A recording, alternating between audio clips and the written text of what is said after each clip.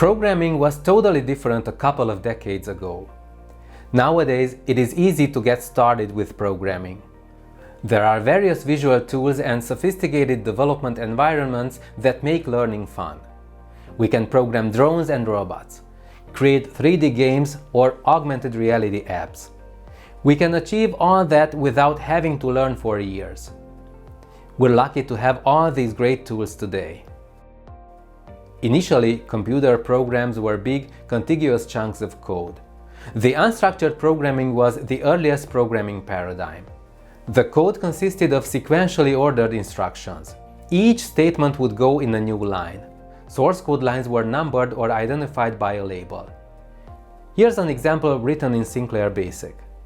This simple program converts from Fahrenheit to Celsius degrees. As the programs grew in complexity, the drawbacks of this approach had become apparent. Maintaining or even understanding such a codebase was challenging. To make any changes or improvements, you had to check the statements line by line.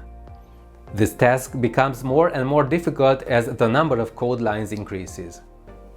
Non-structured programming was heavily criticized for producing hardly readable, so-called spaghetti code. The term spaghetti code is a pejorative description for complicated, difficult to understand, and impossible to maintain software. Structured programming emerged in the late 50s. Structured programming languages break down code into logical steps. They rely on subroutines which contain a set of instructions to be carried out. Here's an example of a program written in C, which is a procedural language. The function called main is the entry point of our program. It calls the sum function to add the two numbers entered by the user. And we can define additional functions. For example, if we need to calculate the average of two numbers, we could create a function like this. These subroutines operate on variables and data structures. Now, what's a variable? A variable represents a value of a given type that can be identified using a name. We use the name of the variable to access the stored value. This lets us read or modify the value during runtime. A data structure is a way of organizing and storing data in a computer program.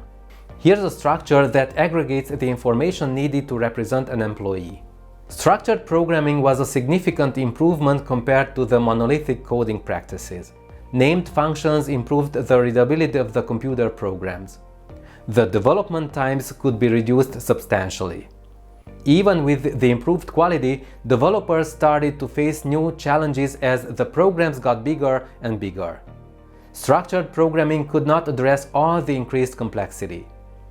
Object orientation was the next big step in the evolution of the programming paradigms. Object-oriented languages appeared in the 80s. The main idea was to split apart the program into self-contained objects. Each object represents a part of the system that gets mapped to a distinct entity. Basically, an object functions as a separate program by itself.